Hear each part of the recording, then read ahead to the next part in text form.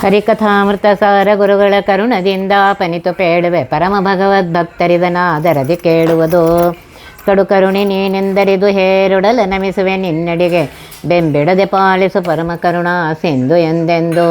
ನಡು ನಡುವೆ ಬರುತ್ತಿಪ್ಪ ವಿಘ್ನವ ತಡೆದು ಭಗವನ್ನಾಮ ಕೀರ್ತನೆ ನುಡಿದುಂಡಿಸೆನ್ನಿಂದ ಪ್ರತಿ ದಿವಸದಲ್ಲಿ ಮರೆಯದಲೇ. ಲಕ್ಷ್ಮೀ ಶೋಭನ ಪದದಲ್ಲಿ 75ನೇ ಪದ್ಯ. ದೇವನಾರಿಯರೆಲ್ಲ ಬಂದೊದಗೆ ಪಾಠಕರು ಪಾಡುತ್ತಾ ಕುಣಿದರು. ದೇವ ತರುವಿನ ಹೂವಿನ ಮಳೆಗಳ ಶ್ರೀವರನ ಮೇಲೆ ಕರೆದರು. ದೇವನಾರಿಯರು ಮತ್ತು ಸ್ತುತಿ ಪಾಠಕರು ಪ್ರೀತಿಪೂರ್ವಕವಾಗಿ ಹಾಡುತ್ತಾ ಕುಣಿಯುತ್ತಾ ಶ್ರೀವರನ ಮೇಲೆ, ಲಕ್ಷ್ಮೀಪತಿಯ ಶ್ರೀರಮಣನ ಮೇಲೆ ದೇವತರುವಿನ ಹೂವಿನ ಮಳೆಯನ್ನು ಕರೆದರು ಅಂತ ಹೇಳ್ತಾ ಇದ್ದಾರೆ. ಇಲ್ಲಿ ದೇವನಾರಿಯರೆಂದರೆ ಅಪ್ಸರೆಯರು.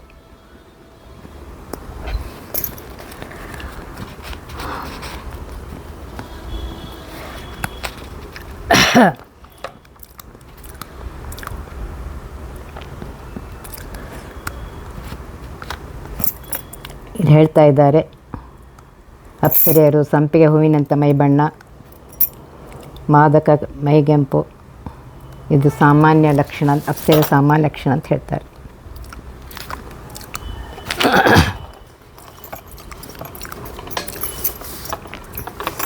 ಆದರೆ ಅಪ್ಸರೆಯರು ತಮ್ಮ ವೈಯಕ್ತಿಕ ಜೀವನದಲ್ಲಿ ಬ್ರಹ್ಮವಾದಿನಿಯರು, ಮಹಾಯೋಗಿನಿಯರು.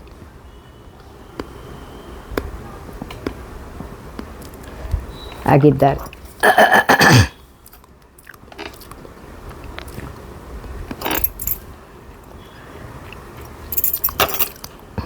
ಊರ್ವಶಿ, ಪೂರ್ವಚಿತ್ತಿ, ಸಹಜನ್ಯ, ಮೇನಕ, ವಿಶ್ವಾತಿ, ಘೃತಾಚಿ ಎಂದು 6 ಮಂದಿ ಅಪ್ಸರೆಯರು ಪ್ರಧಾನವೆಂದು ಮಹಾಭಾರತ ಹೇಳುತ್ತೆ.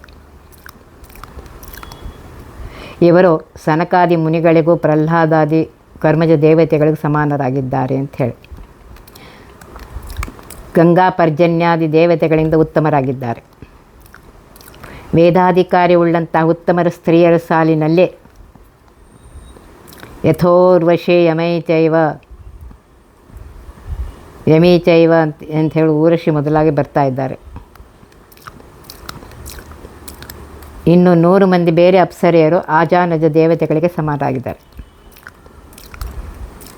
ಉಳಿದ ಎಲ್ಲ ಕೋಟಿಗಟ್ಟಲೆ ಇರುವಂಥ ಅಪ್ಸರೆಯರು ಶತಕೋಟಿ ಸಂಖ್ಯೆಯಲ್ಲಿರುವ ಅಂತಃಪ್ರಕಾಶರೆನಿಸಿದ ಋಷಿಗಳಿಗಿಂತ ಶ್ರೇಷ್ಠರಾಗಿದ್ದಾರೆ. ಈ ತಾರತಮ್ಯ ಮೋಕ್ಷದಲ್ಲಿಯೂ ಇದೆ ಅಂತ ಹೇಳಿ ಹೇಳ್ತಾ ಇದ್ದಾರೆ.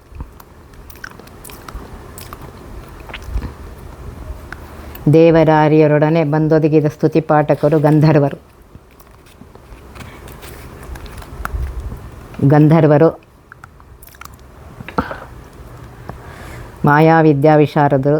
ಆ ವಿದ್ಯೆ ಬಲದಿಂದ ಮಾಯಾವಿಗಳಾದ ಅಸುರರನ್ನು ಗೆಲ್ತಾರಂತೆ. ವಿಶ್ವಾಸು ಎನ್ನುವ ಗಂಧರ್ವ ಈ ವಿದ್ಯೆಯಲ್ಲಿ ನಿಪುಣನಾಗಿದ್ದು ಅವನಿಂದ ಕಲಿತಿರುವಂತಹ ಚಿತ್ರರಥ ಅರ್ಜುನಿಗೆ ಉಪದೇಶ ಮಾಡಿದ ಅಂಥೇಳಿ ಮಹಾಭಾರತದಲ್ಲಿ ಬರ್ತಾಯಿದೆ. ವಿಶ್ವಾವಸು ಗಂಧರ್ವ ಸಂಗೀತದಲ್ಲಿ ಅದ್ವಿತೀಯನಾಗಿದ್ದ. ಈ ರೀತಿಯಾಗಿ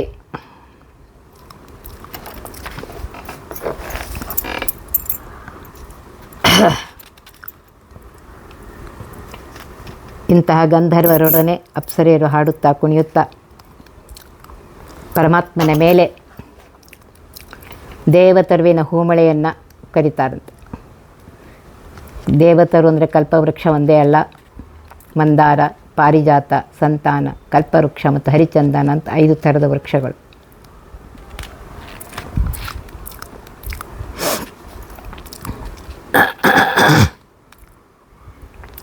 ನಮಸ್ತೆ ಕಲ್ಪವೃಕ್ಷಾಯ ಚಿಂತಿತಾರ್ಥಪ್ರದಾಯ ಚ ವಿಶ್ವಂಭರಾಯ ದೇವಾಯ ನಮಸ್ತೆ ವಿಶ್ವಮೂರ್ತಿ ಅಂತ ಹೇಳಿದರೆ, ಲೋಕಕ್ಕೆ ಪೋಷಣೆ ನೀಡುವ, ಲೋಕದಲ್ಲೆಲ್ಲ ವ್ಯಾಪಿಸಿ ನಿಂತ ಬಯಸಿದ್ದೆಲ್ಲ ಕೊಡುವ ಕಲ್ಪವೃಕ್ಷವೇ ನಿನಗಿದು ನಮಸ್ಕಾರ ಎಂದು ಗ್ರಂಥದಲ್ಲಿ ಬಂದಿದೆ.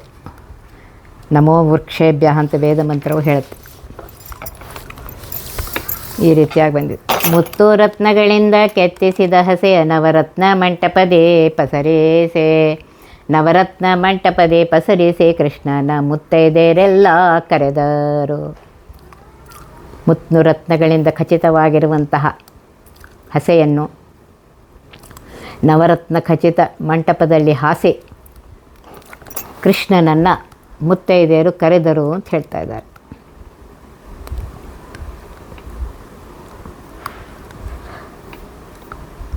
ನವರತ್ನ ಮಂಟಪ ಅಂದರೆ ಪುಟಕ್ಕಿಟ್ಟು ಹೊಳೆವ ಚಿನ್ನದಿಂದ ಮಾಡಿದ ಎತ್ತರವಾದ ಪೀಠವಿರುವ ಮಂಟಪ, ನಿರ್ಮಲ ಸ್ಫಟಿಕ ಗೋಡೆಗಳು, ಚಿನ್ನದ ಕಂಬಗಳು, ಚಾಮರ ಭೂಷಿತ ರತ್ನಖಚಿತ ದ್ವಾರಗಳು, ಶಂಖ ಪದ್ಮಗಳಿಂದ ಯುಕ್ತವಾದ ಬಿಳಿಯಾದ ಸ್ವಸ್ತಿಕಗಳು, ಮೇಲಿಂದ ಕೆಳಗೆ ಇಳಿಬಿಟ್ಟಿರುವ ಮುತ್ತಿನ ಸರಗಳು, ವಜ್ರದ ಪಾವಟಿಗೆಗಳು, ನಾನಾ ರತ್ನ ನಿರ್ಮಿತ ಕಲಶಗಳು, ಇವುಗಳಿಂದ ಕೂಡಿದ್ದು ಮಾಣಿಕ್ಯದ ಉಜ್ವಲ ದೀಪ ಪ್ರಕಾಶದಿಂದ ಹೊಳೆವ ಸೌಂದರ್ಯ ಲಕ್ಷ್ಮಿಯ ವಿಲಾಸ ಸ್ಥಾನವಾಗಿರುತ್ತದೆ ಅಂತ ಹೇಳ್ತಾರೆ.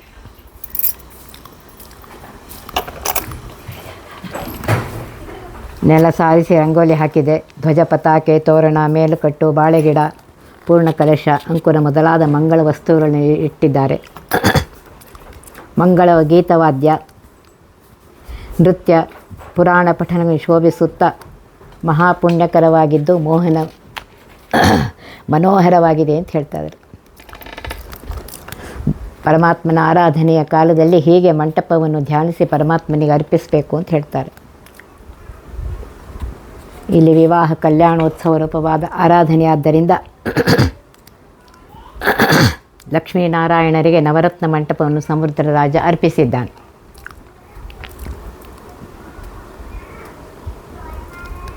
ಆ ಮಂಟಪದ ಮೇಲೆ ಕುಳಿತುಕೊಳ್ಳಲು ನವ ದಂಪತಿಗಳನ್ನು ಕುಳಿತುಕೊಳ್ಳಲು ಮುತ್ತೈದರೆಲ್ಲರೂ ಕರೀತಾ ಇದ್ದಾರೆ.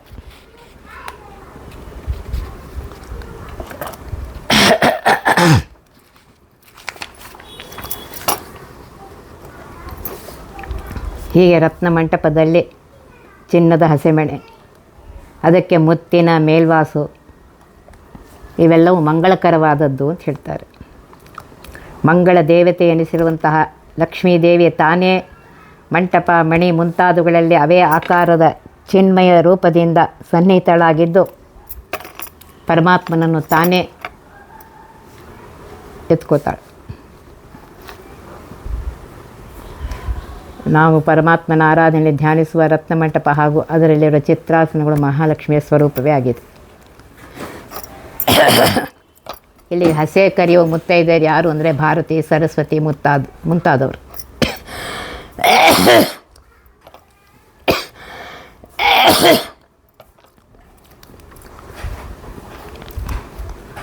ಸುಮಂಗಲಿಯರ ಹರಕೆ ಆಶೀರ್ವಾದಗಳು ನವದಂಪತಿಗಳಿಗೆ ಶುಭಕರವೆಂದು ಮೊದಲಿನಿಂದ ಹಸೆ ಕರೆಯುವ ಸಂಪ್ರದಾಯ ಬಂದಿದೆ. ಹಸೆ ಕರೆಯೋದು ಅಂದರೆ ಹಸೆ ಕರೆಯುವ ಹಾಡುಗಳನ್ನು ಹಾಡ್ತಾರೆ. ಆ ಹಾಡುಗಳಿಂದ ಇಬ್ಬರನ್ನು ಕರೀತಾರೆ. ಕೃಷ್ಣನ ಮುತ್ತೈದೆಯರೆಲ್ಲ ಕರೆದರು ಅಂತ ಹೇಳ್ತಾ ಇದ್ದಾರೆ. ಕೃಷ್ಣನನ್ನೇ ಅಷ್ಟೇ ಅಲ್ಲ, ಜೊತೆಗೆ ಮಹಾಲಕ್ಷ್ಮೀ ದೇವಿಯನ್ನು, ರಮೆಯನ್ನು ಕರೆದಿದ್ದಾರೆ ಅಂತ ಹೇಳ್ತಾ ಇದ್ದಾರೆ.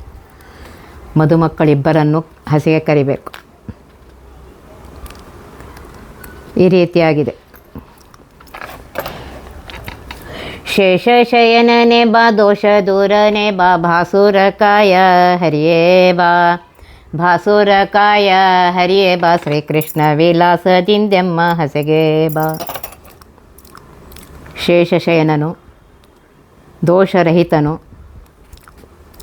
ಉಜ್ವಲ ಶರೀರವಾದಂತಹ ಪರಮಾತ್ಮ ಶ್ರೀಕೃಷ್ಣ ಮುಂತಾದ ನಾಮಗಳಿಂದ ಕರೆಸಿಕೊಳ್ಳುವ ಹರಿಯೇ, ನಾವು ನೀಡುವಂಥ ಹಸೆ ಮಣೆಯನ್ನೇರಲು ಲೀಲೆಯಿಂದ ಬಾ ಅಂತ ಕರೀತಾ ಇದ್ದಾರೆ.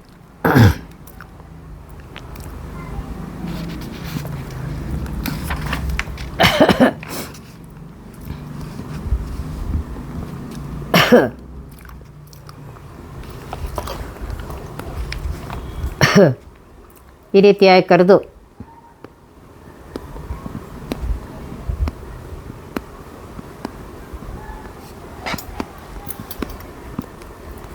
ಪರಮಾತ್ಮನ ಕರೆದಿದ್ದಾರೆ.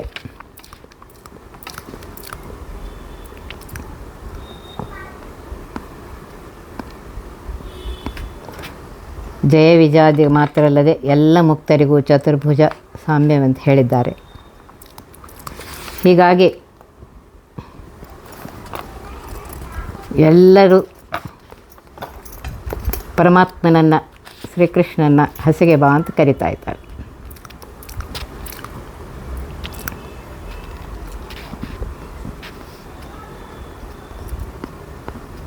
ಪರಮಾತ್ಮ ಎಲ್ಲೇ ಇದ್ದರೂ ಅವನು ಶೇಷಶಾಯಿ, ಎಲ್ಲಿ ಸಂಚರಿಸಿದರೂ ಗರುಡ ವಾಹನ, ಅವನ ಈ ವೈಭವಕ್ಕೆ ಎಂದೂ ಕಡಿಮೆ ಆಗೋದಿಲ್ಲ ಅಂತ ಹೇಳ್ತಾ ಇದ್ದಾರೆ. ಆದ್ದರಿಂದ ಅವನು ದೋಷ ದೂರ.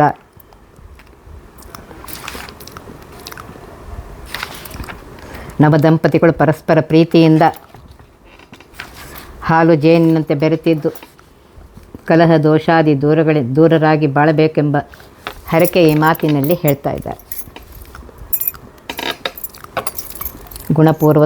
ಪೂರ್ಣತ್ವ ಅಂತಂದರೆ ಅಸಾಧಾರಣ ಲಕ್ಷಣ ಅಂತ ಭಾಸುರಕಾಯನಾಗಿರುವಂತಹ ಪರಮಾತ್ಮ ಬಾ ಅಂತ ಕರಿತಾ ಇದ್ದಾರೆ. ಭಾಸುರ ಅಂತಂದರೆ ಮೋಕ್ಷದಲ್ಲಿ ಜ್ಞಾನಾನಂದಯ ಸ್ವರೂಪ ಪ್ರಕಾಶದಿಂದ ಹೊಳೆವ ಶರೀರ ಉಳ್ಳವರು ಮುಕ್ತರು. ಅವರ ಶರೀರ ಹಾಗೆ ಹೊಳೆಯುವುದು ಹರಿಯ ಅನುಗ್ರಹದಿಂದ. ಆದ್ದರಿಂದ ಆತ ಭಾಸುರಕಾಯ. ಈ ರೀತಿಯಾಗಿ ಪರಮಾತ್ಮನ ಅಸಾಧಾರಣ ಲಕ್ಷಣವನ್ನು ಇಲ್ಲಿ ಹೇಳ್ತಾ ಇದ್ದಾರೆ.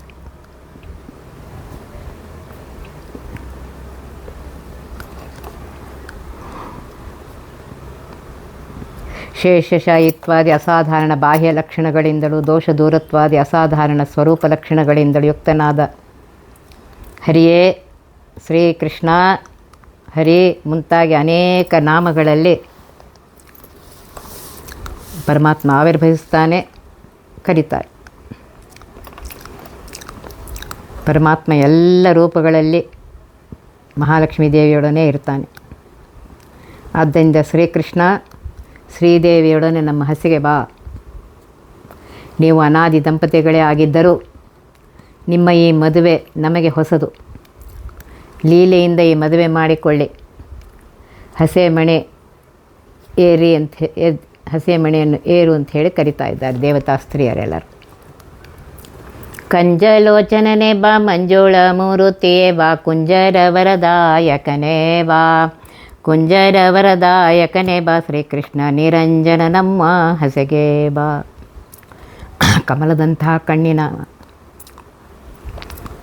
ಸುಂದರ ಶರೀರದವ, ಗಜೇಂದ್ರನಿಗೆ ವರವನ್ನು ಕೊಟ್ಟವನು, ನಿರ್ದೋಷನಾದಂತಹ ಶ್ರೀಕೃಷ್ಣ ನೀನು ನಮ್ಮ ಹಸೆಗೆ ಬಾರಪ್ಪ ಅಂತ ಕರಿತಾ ಇದ್ದಾಳೆ.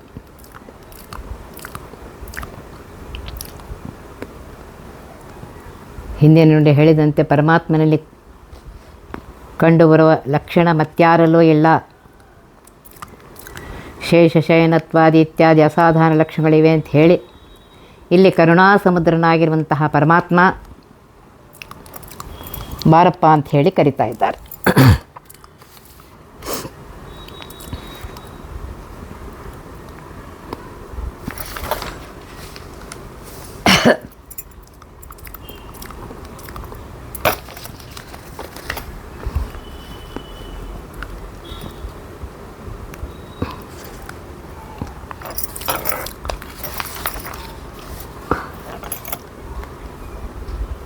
ಅಲ್ಲಿ ಸಕಲ ದೋಷಗಳಿಗೂ ಮೂಲಭೂತವಾಗಿರುವಂಥ ತಮಸ್ಸು ಆಗಲಿ ಅಜ್ಞಾನವಾಗಲಿ ಪರಮಾತ್ಮನಲ್ಲಿ ಎಂದು ಯಾವ ಕಾಲಕ್ಕೂ ಇಲ್ಲ. ದೋಷ ದೂರ ನಿರಂಜನ ಅಂತ ಕರಿತಾ ಇದ್ದಾರೆ.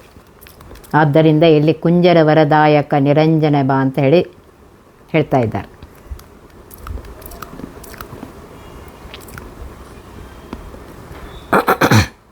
ಈ ರೀತಿಯಾಗಿ ಪರಮಾತ್ಮ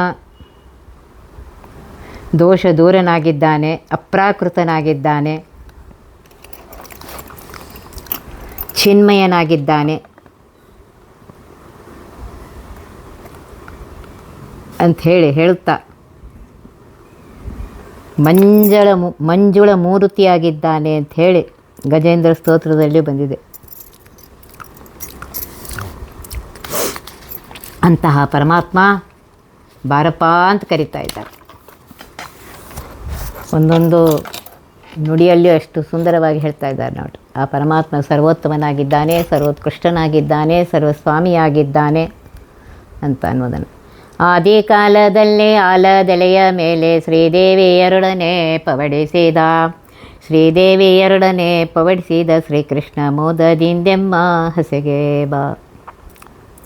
ಸೃಷ್ಟಿಯ ಆದಿಯಲ್ಲಿ ಬ್ರಹ್ಮ ಪ್ರಳಯದ ಕಾಲದಲ್ಲಿ ಪ್ರಳಯ ಸಮುದ್ರದಲ್ಲಿ ಆಲದ ಎಲೆಯ ಮೇಲೆ ಮಹಾಲಕ್ಷ್ಮೀ ದೇವಿಯೊಡನೆ ಮಲಗಿದಂತಹ ಶ್ರೀಕೃಷ್ಣ ನಮ್ಮ ಹಸಿಗೆ ಸಂತೋಷದಿಂದ ಬಾರಪ್ಪ ಅಂತ ಹೇಳಿ ಕರೀತಾ ಇದ್ದಾರೆ.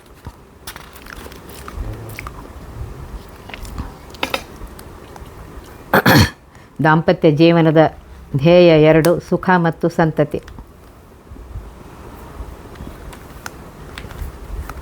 ಅದನ್ನೇ ಇಲ್ಲಿ ಹೇಳ್ತಾ ಇದ್ದಾರೆ ಅವರು.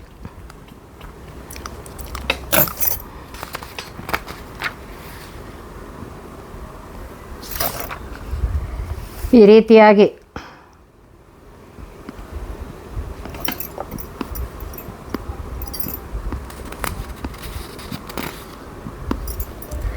ಪರಮಾತ್ಮ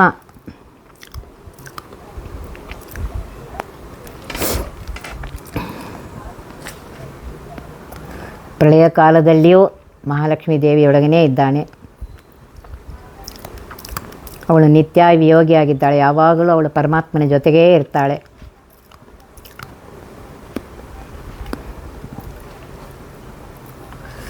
ಈ ರೀತಿಯಾಗಿ ಪರಮಾತ್ಮ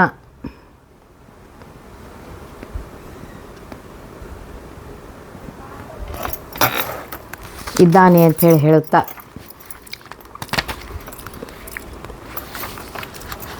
ಇಲ್ಲಿ ಹೇಳ್ತಾ ಇದ್ದಾರೆ. ಮಹಾಲಕ್ಷ್ಮೀ ದೇವರೇ ಇರುವಂತಹ ಪರಮಾತ್ಮ ನಮ್ಮ ಹಸೆಗೆ ಬಾರಪ್ಪ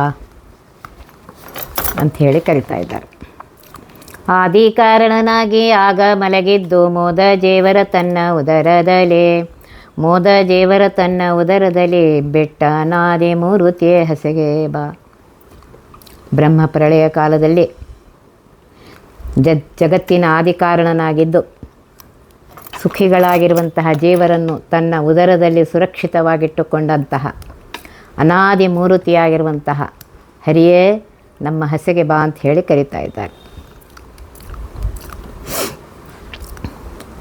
ಹಿಂದಿನ ನುಡಿಯಲ್ಲಿ ಆದರ್ಶ ಗೃಹಸ್ಥ ಹೆಂಡತಿಯನ್ನು ಹೇಗೆ ನೋಡಿಕೊಳ್ಳಬೇಕೆಂದನ್ನು ಸೂಚಿಸಿದರು. ಈಗ ಮಕ್ಕಳನ್ನು ಹೇಗೆ ನೋಡ್ಕೋಬೇಕು ಅನ್ನೋದನ್ನು ಇಲ್ಲಿ ಹೇಳ್ತಾ ಇದ್ದಾರೆ. ಪರಮಾತ್ಮ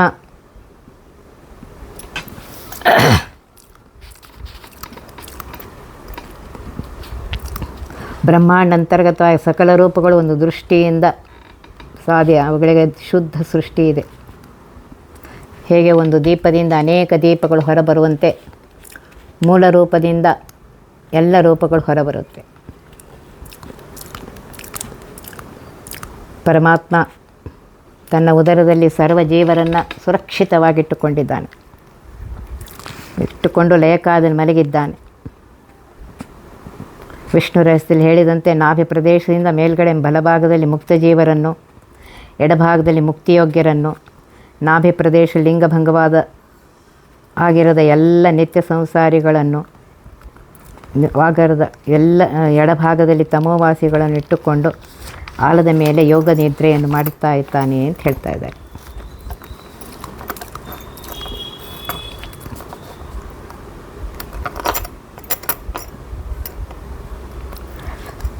ಈ ರೀತಿಯಾಗಿ ಪರಮಾತ್ಮ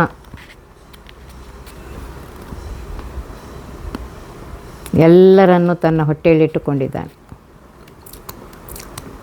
ಮೋದ ಜೇವರ ತನ್ನುದರದಲ್ಲಿ ಎಂಬಿಟ್ಟ ಅನ್ನುವ ಮೂಲಕ ಹೇಳ್ತಾ ಇದ್ದಾರೆ. ಚಿನ್ಮಯವೆನಿಪ ನಿಮ್ಮ ಮನೆಗಳಲ್ಲಿ ಜ್ಯೋತಿರ್ಮಯವಾದ ಪದ್ಮದಲೆ ರಮ್ಮೆಯರೊಡಗೂಡಿ ರಮಿಸುವ ಶ್ರೀಕೃಷ್ಣ ನಮ್ಮ ಮನೆಯ ಹಸೆಗೆ ಬಾ. ಕೃಷ್ಣ, ನಿಮ್ಮ ಮನೆಗಳೆಲ್ಲವೂ ಚಿನ್ಮಯ, ಅವುಗಳಲ್ಲಿ ಜ್ಯೋತಿರ್ಮಯವಾದ ಪದ್ಮಗಳು, ಅವುಗಳಲ್ಲಿ ಮಹಾಲಕ್ಷ್ಮೀ ದೇವಿಯೊಡಗೂಡಿ ರಮಿಸುವ ನೀನು ನಮ್ಮ ಹಸೆಯ ಮನೆಗೆ ಬಾರಪ್ಪ ಅಂತ ಕರೀತಾ ಇದ್ದಾರೆ. ಪರಮಾತ್ಮ ಬ್ರಹ್ಮಾಂಡ ಲಯವನ್ನು ಮಾಡಿ ಎಲ್ಲ ಜೀವರನ್ನು ತನ್ನ ಹೊಟ್ಟೆಯೊಳಗಿಟ್ಟುಕೊಂಡು ಪ್ರಳಯ ಜಲದಲ್ಲಿ ಯೋಗ ನಿದ್ರೆಯನ್ನು ಮಾಡಿರ್ತಾನೆ. ಅದು ಹಿಂದಿನ ನುಡಿಯಲ್ಲಿ ವರ್ಣಿಸಿದ್ದಾರೆ. ಕೊನೆಯಲ್ಲೇ ದುರ್ಗಾದೇವಿ ಹಾಡುವಂತಹ ಶ್ರುತಿಗೀತೆಯ ಮಂಗಳಧ್ವನಿಗೆ ಎಚ್ಚೆತ್ತವನಂತೆ ಎದ್ದು ಬ್ರಹ್ಮಾಂಡ ಸೃಷ್ಟಿ ಮಾಡಿ ಅದರಲ್ಲಿ ಲಕ್ಷ್ಮೀ ಸ್ವರೂಪವಾದ ಶ್ವೇತದ್ವೀಪ ಅನಂತಾಸನ ವೈಕುಂಠಗಳ ಶ್ರೀಭಾಗವನ್ನು ವ್ಯಕ್ತಗೊಳಿಸಿ ತನ್ನ ಉದರಲ್ಲಿ ಧ್ಯಾನಸ್ಥರಾದ ಮುಕ್ತರನ್ನು ಅಲ್ಲಿ ಪ್ರವೇಶ ಮಾಡಿಸಿ ಅವರೊಡನೆ ಕ್ರೀಡಿಸುತ್ತಾ ದಿವ್ಯರತ್ನ ಮಂಟಪದೊಳಗೆ ಚಿನ್ಮಯವಾದ ಪದ್ಮಗಳಲ್ಲಿ ಮಹಾಲಕ್ಷ್ಮೀ ದೇವಿಯೊಡನೆ ರಮಿಸುತ್ತಾನೆ. ಇದನ್ನು ಹಿಂದಿನ ನುಡಿಯಲ್ಲಿ ವರ್ಣಿಸಲಾಗಿದೆ.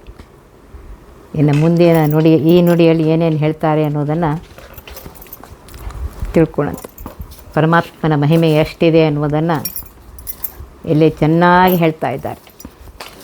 ಒತ್ತಿವಹ ವಿಘ್ನಗಳ ಕಳೆದಪ್ಪ ಮೃತ್ಯುವಿಗೆ ಮರೆ ಮಾಡಿ ಕಾಲನ ದೂತರಿಗೆ ಭೀಕರವ ಪುಟ್ಟಿಸಿ ಸಕಲ ಸಿದ್ಧಿಗಳ ಒತ್ತಿಗೊಳ್ಳೆ ಶಿವನರು ಹೇಕ್ಷಣ ನೃತ್ಯ ಮಾಡುವರವರ ಮನೆಯೊಳು ನಿತ್ಯಮಂಗಳ ಹರಿಕಥಾಮೃತ ಸಾರ ಪಠಿಸುವರ.